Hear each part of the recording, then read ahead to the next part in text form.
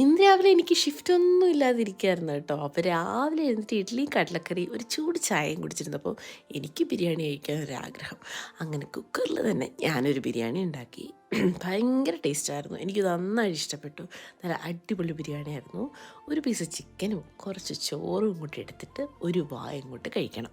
അടിപൊളി ടേസ്റ്റായിരുന്നു. അത് കഴിഞ്ഞ് കുറേ ഡ്രസ്സൊക്കെ എനിക്ക് അലക്കാനായിട്ടുണ്ടായിരുന്നു കേട്ടോ. അതെല്ലാം എടുത്ത് മെഷീനിലോട്ടിട്ട് കുറച്ച് കംഫർട്ടറൊക്കെ ഒഴിച്ചിരുന്നപ്പോഴാണ് എനിക്ക് കോൾ വരുന്നു, എനിക്ക് ഷിഫ്റ്റ് ഉണ്ട് എന്ന്. പിന്നെ വേഗം പോയി ഞാൻ റെഡിയായി ബസ് സ്റ്റാൻഡിലെത്തി. പോയി എനിക്കൊരു 5 hours ഷിഫ്റ്റേ ഉണ്ടായിരുന്നുള്ളൂ.